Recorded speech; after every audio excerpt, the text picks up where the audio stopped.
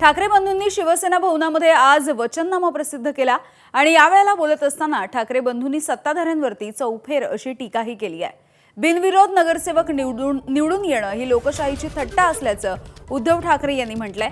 तसंच ज्या महानगरपालिकांमध्ये बिनविरोध नगरसेवक निवडून आले त्या ठिकाणी मतदान घेण्याचं आवाहन देखील उद्धव ठाकरेंनी केलं। त्यासोबतच पश्चिम बंगालमध्ये बिनविरोध निवडीच्या विरोधात भाजप कोर्टात गेलं होतं अशी आठवण देखील यावेळेला राज ठाकरेंनी करून दिली आहे। कोरोना काळामध्ये मुंबईकरांसाठी केलेल्या कामांची माहिती पुस्तिका आणणार आहोत। हिम्मत असेल तर निवडणूक आयोगानं माहिती पुस्तिका रोखून दाखवावी असं आव्हान देखील राज ठाकरेंनी दिलंय।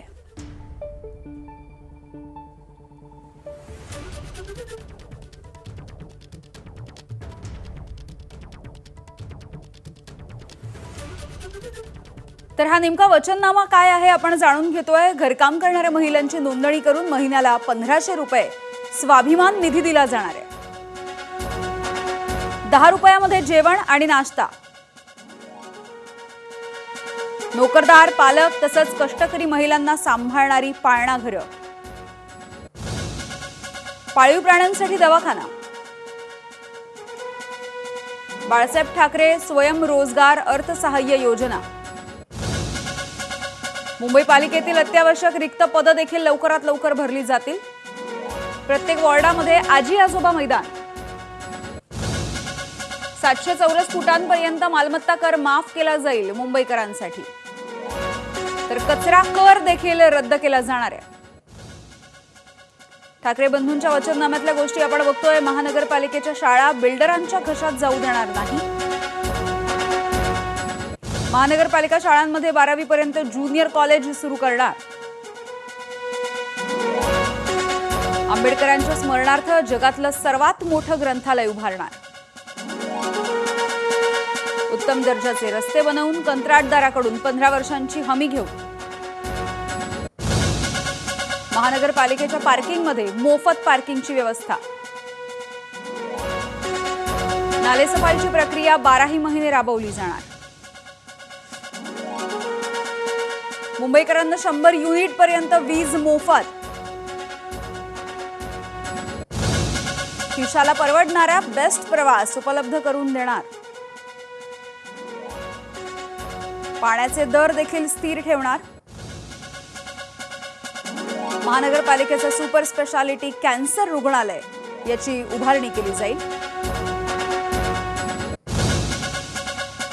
ठाकरे बंधूंनी आपल्या वचननाम्यामध्ये ही सगळी आश्वासनं मुंबईकरांना दिलेली आहेत। तर हा वचननामा जाहीर केल्याच्या नंतर याच वेळेला उद्धव ठाकरे नेमकं काय म्हणाले बघूया।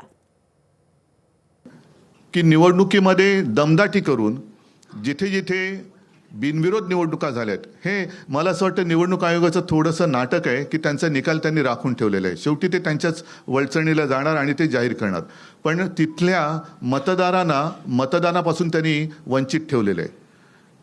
जे मतदार ज्यांना आपण जेनझी म्हणतो, पहिलं प्रथम मतदान करणार आहेत किंवा होते, त्यांचा मतदानाचा अधिकार तुम्ही नाकारलेला आहात आणि तिथल्या वॉर्डाची प्रक्रिया ही रद्द करून पुनर्प्रक्रिया करून जसं आता मध्ये नगर परिषदांचं झालं ना, निवडणुका परत घेतल्या, तसं परत तिथल्या वॉर्डाच्या निवडणुका निकाल नुसते थांबवून ठेवू नका, तर तिथली निवडणूक प्रक्रिया रद्द ठरवून तिथे पुनर्निवडणुका घेतल्या गेल्या पाहिजेत।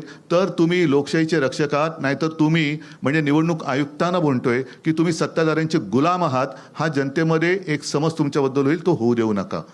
वरळीला डोम, तिथे सगळे डोमकावळे जमले होते आणि तिथे मी डोमकावळे एवढ्यासाठी म्हणालो, जे मराठी होणार हिंदू होणार म्हणतायत ते शिवसेनेतलेच बरेचसे गद्दार तिकडे गेले होते। ते कोण आहेत धर्माने?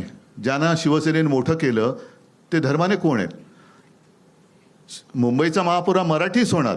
आत्तापर्यंत हा मराठीच शिवसेनेने महापौर केलेला आहे, पण भारतीय जनता पक्ष आमच्यासोबत असताना त्यांनी उपमहापौर काय केले होते हा त्यांनी स्वतःला प्रश्न विचारावा। तर वचननामा प्रकाशित केल्याच्या नंतर राज ठाकरेंनी नेमकं काय म्हटलंय ते देखील बघूया। सत्ता ह्या सत्तेचा अमरपट्टा घेऊन कोणीच आलेलं नाहीये। आज तुम्ही ज्यावेळेला सत्तेमध्ये आलात त्यावेळेला काँग्रेसने हे केलं, काँग्रेसने हे केलं, काँग्रेसने असं केलं म्हणून आम्ही असं करतोय असं ज्यावेळेला तुम्ही सांगता, उद्या जेव्हा तुम्ही जाल आणि तुम्ही जे पायंडे पाडून ठेवलेले आहेत त्याच्या दामदुपटीने ज्या वेळेला पुढे सुरू होईल त्यावेळेला कोणाकडे तक्रार करू नका.